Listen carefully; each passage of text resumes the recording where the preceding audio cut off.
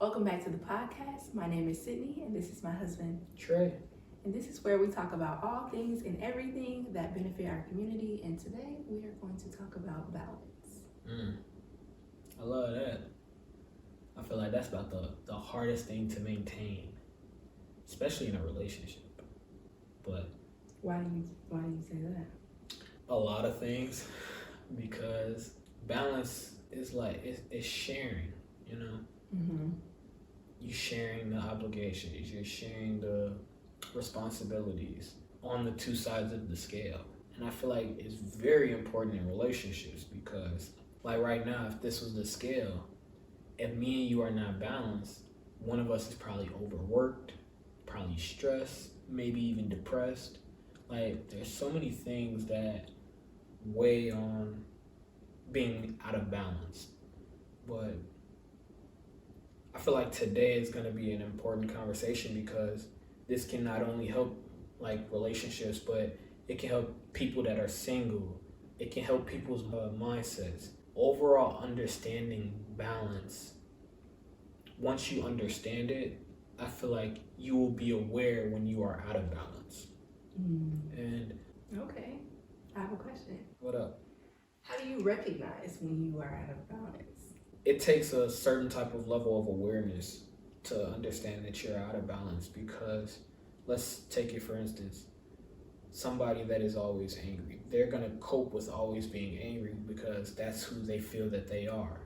Instead of understanding like, oh, I am angry, I could feel joy if I wanted to.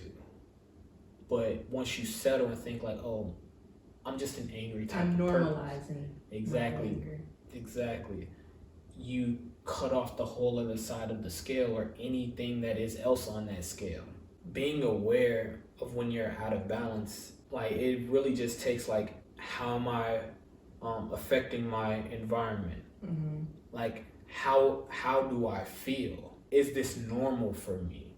Like, just see the difference. And once you feel that this is like, if you come to that awareness, you would see like, oh, this isn't who I am, or why did I do that? Why did I say that? Why am I doing this? Like, that is like at least piquing the awareness of the present moment and saying to yourself like, this isn't normal. This is not me.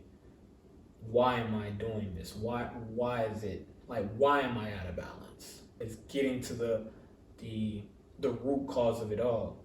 Why are you unbalanced? And I feel like most of the time, not everybody knows that they're out of balance because there's a lot of out of balance, unbalanced people in the world. But once you get to that state, to the root cause, you will have that question, and then hopefully that makes you make a change, that awareness. Yeah. I think at least one person in the relationship needs to be aware. Because even like if both people are unaware, it's a lot harder to get out of that. That's like spinning your wheels in mud. Yeah. But if at least one person is aware, then that person can sow a seed of awareness into the other person. And I feel like that's the beginning of growth, because it takes the person that is unbalanced in the relationship to understand like, oh, I am unbalanced. I'm not who I normally am. And that shifts the trajectory of if that present moment happens again, or if that situation pops up again, you will know for the future like, okay, last time this put me out of balance. This time it's not going to, because this and this, I've worked on it this way, you know? It's just one of those things where it's like, if one person is sowing the seed of like, okay, here's how you should get balanced, or just someone that is balanced and the other is not, they can shift that person's journey to growth. But so when you say shift, I feel like when I hear the word shift, or when people use that, like, I'm gonna help you shift, I feel like that's like them saying, I'm going to help you recognize your patterns. It's, yep, you gon' because first, kind of like, you know, my meditation, you know, how I do. Like, if y'all don't know, your boy's on TikTok and I teach meditation. That's why I love this topic, why balance is so important. But first, it comes with awareness. Mm-hmm. You have to understand your now, understand what's really going on. Because it's not like, oh, I'm yelling in this room because I'm angry. It's something deeper than that. It's, you gotta become aware of like, why did I raise my voice? Why am I angry? Who took my power to get me to this point? And I feel like when you shift or you recognize, like when you make someone recognize their like them being out of balance, you're getting them to understand their now. You're getting them aware, and that is the first step to shifting or evolving, transcending, any of these words that we use to be a better person. But yeah, I feel like that's the first step. Once you want to shift something, you have to understand it. You gotta be aware of what's really going on. And honestly, in the next steps, it's really the shift is, how could I be better?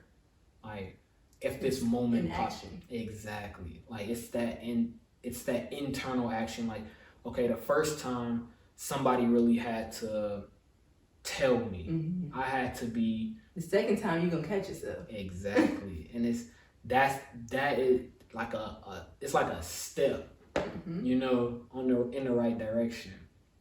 And you may take a few steps back, but as long as you continuously work on yourself and you continue, because I don't feel that there's nobody that is consistently balanced at all times in all moments, because there's outside environments that conflict with our balance. So I feel like once you are out of balance and the scale is tipping in one way, you have to catch it. So you can at least bring it back into balance and create that growth for yourself. Honestly, I feel like balance is one of those things that we need in order to survive. Because because honestly, I can't really scale someone else. But let's say, like my scale, right? It's either going to jail and staying out with my freedom. If I know that I'm robbing a bank, or if I'm doing these things that is tipping over to going to jail, it's like, what are you doing? You're about to lose your freedom because you want to do all of these things that in that present moment may have meaning or may have some form of substance, but the way how you're going about it is, it's gonna tip you out of scale and get you in a space where you really don't want to be. You can control what you can control, but there are outside things that you can't control that can play an effect of your life. So I honestly, instead of me just speaking about balance, because I can really do this all day long, what does balance look like for you?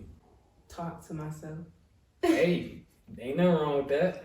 Yeah, you gotta talk to yourself. And I was actually told that by, I got a tarot reading, and the guy was like, you don't talk to yourself. And I never had anybody like say that. That was my first time becoming aware that I didn't talk to myself. And it's crazy that a stranger had to tell me that. And I feel like when we are kids, like grown-ups and like adults and your teachers and basically all of these people tell you not to talk to yourself.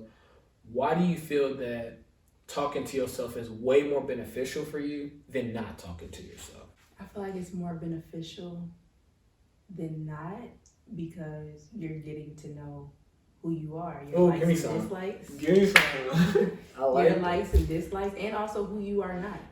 You can say I am not. You don't have to just be like I am this. Yeah. You can also say I am not. And that's something that a lot of people leave out. Like, I can say that I am great and I am wonderful and I am honest, but I can also say I am not dishonest. I am not lazy. I am not useless. You know, like you can also say I am not.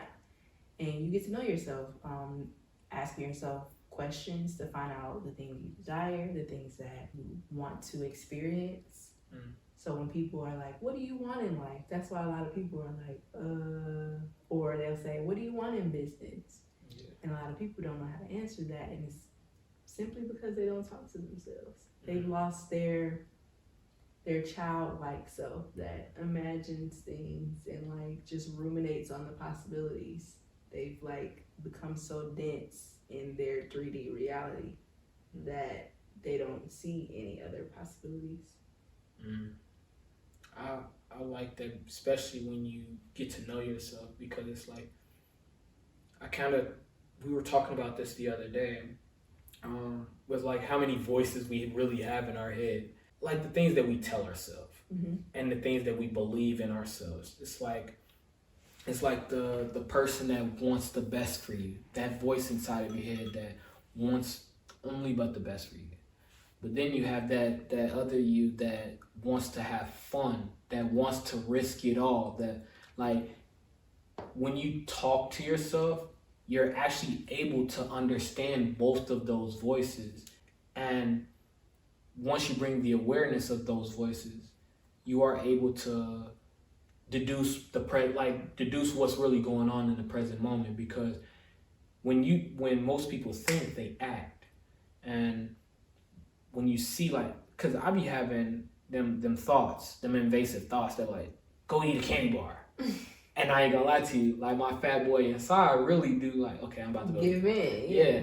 But it's like deducing that present moment, understanding it, like, okay, the side that is looking out for me, like, okay, do we really need that candy bar? Like, I know it's good, but do you really need it? Is that gonna get you to where you need to be on a healthy standpoint?